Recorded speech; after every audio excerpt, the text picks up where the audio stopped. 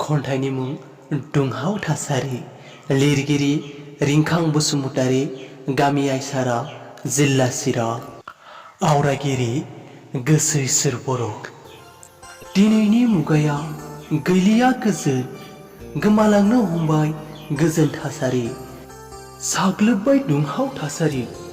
जेरै नायो खालि नुसैल' गावजों गाव दानलाय सुलाय, बुथारलायनाय एना एनि नायनो हालायै। बिफाजों फिसाज्लाजों, बिदाजों फंबायजों, गामिजों गामि, हारिजों हारि, हादरजों हादर दावहा जानो हमबाय बे मुलुगा गोथैसालि। गाव गोजोनै थानो गोसो गैया, गुबुनखौबो दान्दिसेबो गोजोनै थानो होआ।